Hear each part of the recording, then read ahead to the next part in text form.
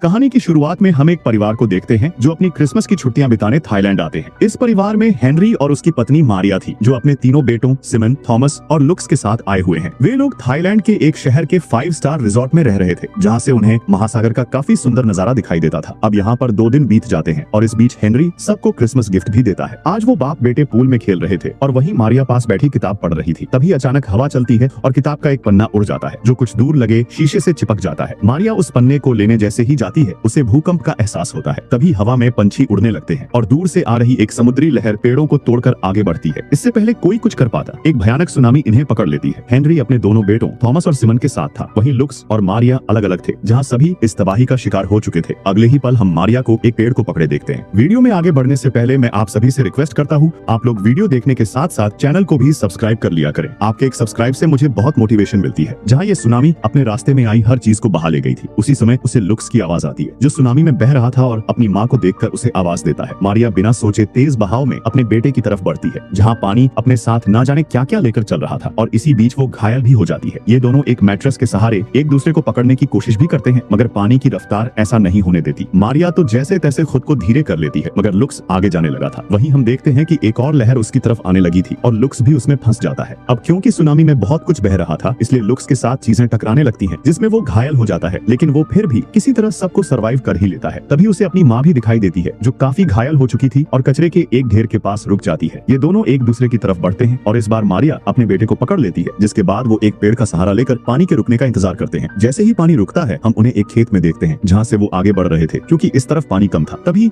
Looks की नजर अपनी माँ की टांग पर जाती है, जो इस सबसे बहुत बुरी तरह घायल हो चुकी थी और वहाँ से बहुत ज्यादा ब्लीडिंग भी हो रही थी। वो अपनी माँ को लेकर एक ड्राई प्लेस तक पहुँचता है, जहाँ से सुनामी का पानी हट चुका था। अब बस उन्हें एक पेड़ पर चढ़कर मदद का इंतजार करना था, क्योंकि नीचे से उन्हें कोई देख नहीं पाएगा। मगर मारिया को किसी बच्चे की आवाज आती है, जो मदद के लिए चिल्ला रहा था, और वो उसकी मदद करना चाहती थी, पर लुक्स उसे ऐसा करने से मना कर देता है, क्योंकि इस समय उन दोनों को भी मदद की जरूरत थी। जिस पर मारिया कहती है कि ये आवाज उसके छोटे भाइयों की भी हो सकती है, लेकिन लुक्स ने ये मान लिया था कि इस सुनामी में उसके भाई और पिता मर चुके हैं। पर फिर भी वो अपनी माँ के कहने पर उस आवाज का पीछा करने लगते हैं, जहाँ इन्हें एक छोटा सा बच्चा मिलता है, जो अपना नाम विलियम बताता है, जिसे वे लोग अपने साथ लेकर आगे बढ़ते हैं। लुक्स और विलियम तो आराम से पेड़ पर चढ़ जाते हैं, लेकिन मारिया की टांग में लगी चोट के कारण वो ऐसा नहीं कर पाती। इसलिए लुक्स अपनी माँ की मदद करता है और वो सभी पेड़ पर चढ़ जाते हैं। कुछ ही देर में वहाँ गाँव वाले आते हैं, जो जिंदा बचे लोगों को ढूंढ रहे थे, और वो इन्हें अपने साथ गांव ले जाते हैं। यहाँ गांव वाले मारिया के घाव को देखकर उसे हॉस्पिटल ले जाने लगते हैं, जहाँ लुक्स भी उसके साथ आ जाता है। मारिया को विलियम की फिक्र हो रही थी, पर लुक्स नहीं जानता था कि विलियम कहाँ पर है। रास्ते में हम उन लोगों को देखते हैं जो इस सुनामी में बच गए थे। जल्दी ही वे लोग हॉस्पिटल पहुँच जाते हैं, मगर इस तबाही के कारण हॉस्पिटल में काफी भीड़ थी और यहाँ हर जगह लोग ही लोग थे, जो सब के सब घायल थे। यहाँ आकर मारिया की हालत काफी खराब होने लगती है और वो कांपना शुरू कर देती है। वो लुक्स को एंटीबायोटिक ढूंढने को कहती है, क्योंकि वो भी एक डॉक्टर थी, लेकिन लुक्स को यहाँ कुछ समझ नहीं आता। तभी डॉक्टर आता है और वो मारिया को इंजेक्शन लगाता है, जिसके साथ उसके घाव भी साफ किए जाते हैं। इसके बाद उसे एक बेड पर लेटा दिया जाता है। यहाँ पर मारिया एक लड़की को देखती है और वो लुक्स से उसे लेफ्ट साइड पर पलटने को कहती है, जहाँ वो लड़की खून की वॉमिटिंग करने लगती है। इस सब में मारिया की हालत भी बिगड़ जाती है और वो भी वैसे ही वॉमिटिंग करने लगती है। कुछ देर बाद वहाँ पर एक आदमी अपने परिवार को ढूंढते हुए आता है, जो उन्हें नाम लेकर पुकार रहा था। ये देखकर मारिया लुक्स को भी निकलकर लोगों की मदद करने को कहती है। फिर वो मारिया के कहने पर लोगों की मदद करने चला जाता है। यहाँ उसे सबसे पहले एक आदमी मिलता है, जो अपने बेटे को ढूंढ रहा था, जो इस सुनामी में कहीं खो गया था। लुक्स उस लड़के का नाम याद करता है और पूरे हॉस्पिटल में जाकर उसका नाम पुकारता है। इस बीच उसे और भी ऐसे कई लोग मिलते हैं, जो अपने किसी बच्चे या फैमिली मेंबर को ढूंढ रहे थे, इसलिए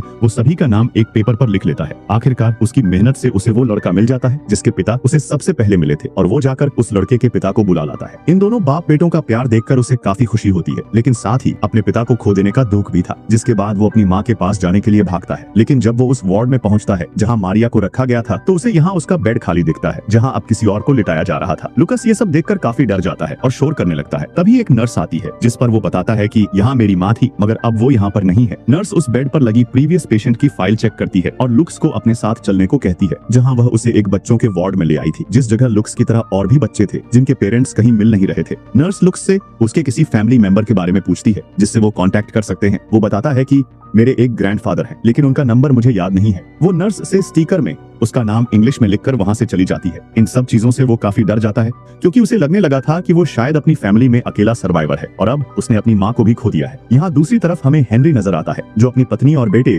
लुक्स को ढूंढ रहा था, जहाँ वो चिल्ला चिल्ला कर उन्हें आवाजें देता है और हर जगह उन्हें ढूंढता है। अब शाम भी होने लगी थी, इसलिए वो वापस रिसोर्ट के उस कमरे में आ जाता है जहाँ पर वो पूरी फैमिली आकर रुकी थी। यहाँ रूम की छत पे एक छेद था जहाँ से वो ऊपर जाना चाहता था, हालांकि पेंच के टूटने से वो नीचे गिर जाता है। उसे वहाँ पर एक आदमी नजर आता है जो हेनरी को जानता था और फिर वो उसके दोनों बेटों को भेज देता है। असल में हेनरी ने अपने बच्चों को इस सुनामी में बचा लिया था, लेकिन लुक्स और मारिया उनसे बिछड़ चुके थे। अब यहाँ रात भी होने लगी थी, इसलिए इन लोगों को ये जगह खाली करनी थी क्योंकि रेस्क्यू टीम आ चुकी थी। लेकिन हेनरी यहाँ से तब तक नहीं जाना चाहता था जब तक उसे अपनी पत्नी और अपना बेटा नहीं मिल जाता, इसलिए वो थॉमस और सिमन को एक ग्रुप के साथ भेज देता है ताकि वो सेल्स स्पॉट तक पहुंच जाएं और वो भी बाद में वहां पर आ जाएगा। हालांकि सिमन काफी छोटा था और वो अपने पिता से अलग नहीं होना चाहता था। उनके जाने के बाद हेनरी फिर से अंधेरे में लुक्स को आवाज देने लगता है, मगर अब की बार वो इस मलबे में कहीं गिर जाता है जिससे उसे काफी चोटें भी आती हैं। वो किसी तरह यहाँ से उठकर रोड तक पहुंच जाता है जहाँ उसके आगे एक गाड़ी रुकती है। अब वो काफी घायल था और उसका खून भी बह रहा था, जिस वजह से वो गाड़ी वाले उसे एक मेडिकल तक पहुंचा देते हैं। यहाँ पर उसकी मुलाकात एक कार्ल नाम के आदमी से होती है जो सभी को ये बता रहा होता है कि उसका परिवार इस सुनामी में कहीं खो चुका है और वो उन्हें ढूंढ नहीं पा रहा। वो बताता है कि मेरे पास एक फोन है जिसकी बैटरी मैंने बचा कर रखी है ताकि मेरी फैमिली मुझसे कांटेक्ट कर पाए। हेनरी उससे वो फोन मांगता है क्योंकि वो अपने पिता को कॉल करना चाहता था, जहाँ वो अपने पिता से बात करके काफी रोने लगता है और उन्हें ये कहता है कि वो लुक्स और मारिया को ढूंढ कर ही रहेगा। कॉल बंद होने पर कार्ल हेनरी से कहता है कि वो भी उसके साथ उसके परिवार को ढूंढने जाएगा, शायद वो मिलकर उन दोनों के परिवारों को ढूंढ ले। इधर वो नर्स लुक्स को बताती है कि उसकी माँ को सर्जरी की जरूरत है, इसीलिए उसे वहाँ से ले जाया गया था, मगर गलती से स्टाफ ने वहाँ किसी और की फाइल लगा दी, जिस वजह से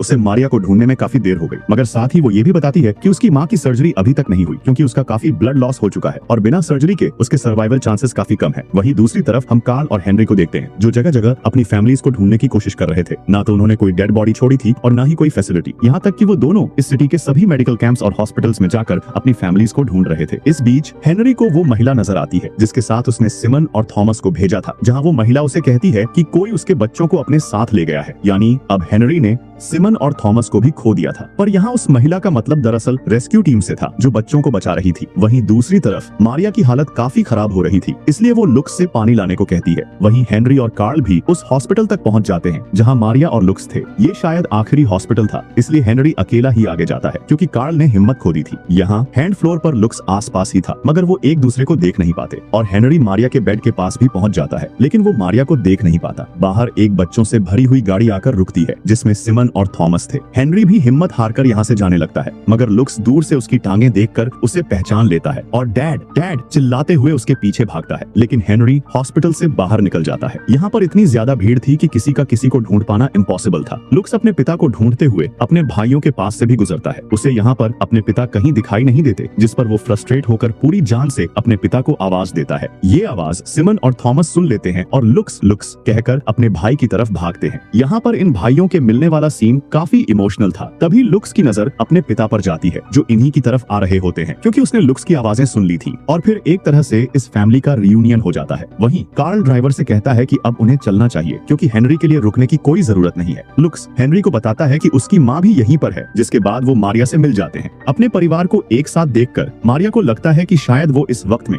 आखिरी बार अपने लोगों को देख रही है, जिस पर हेनरी उसे बताता है कि वो अभी जिंदा है। वो बताती है कि मेरी हालत काफी बिगड़ चुकी है और शायद मैं मर सकती हूँ, इसलिए हमारे बच्चों का ख्याल रखना। जिस पर हेनरी उससे वादा करता है कि उसे कुछ नहीं होगा और वो दोनों मिलकर अपने बच्चों का ख्याल रखेंगे। तभी नर्स आती है क्योंकि मारिया को सर्जरी के लिए ले जाना था, जिसके बाद हेनरी और उसके बच्चे पास बैठकर प्रार्थना करते हैं और यहाँ पर मारिया को बेहोश किया जाने लगता है। इस सब में मारिया वो वक्त याद करती है जब सुनामी आई थी और वो पानी में डूब रही थी। वहीं लुकस भी कुछ देर के लिए सो जाता है, मगर जब उसकी आंखें खुलती हैं तो वो हेनरी को देखता है, जहाँ हेनरी उसे बताता है कि उसकी माँ की सर्जरी हो चुकी है और अब वो पहले से बेहतर है। यहाँ इन्हें एक आदमी भी मिलता है जो इनकी इंश्योरेंस कंपनी की तरफ से आया था और वो इस फैमिली को सिंगापुर ले जा रहे थे जहाँ उनका बेहतर ट्रीटमेंट किया जाएगा, जिसके बाद वो सभी प्लेन में आ जाते हैं। यहाँ पर लुक्स अपनी माँ को बताता है कि जिस बच्चे को उन्होंने बचाया था उसे उसका परिवार मिल चुका है और साथ ही वो ये वादा भी करता है कि आज के बाद वो अपनी माँ को कभी अकेला नहीं छोड़ेगा। यहाँ से फ्लाइट टेक ऑफ करती है और उसी के साथ ये शानदार मूवी खत्म हो जाती है। उम्मीद करता हूँ आपको ये कहानी पसंद आई होगी। वीडियो को लाइक करके कमेंट करना ना भूलना। मिलते हैं अगले वीडियो में, तब तक के लिए गुड बाय।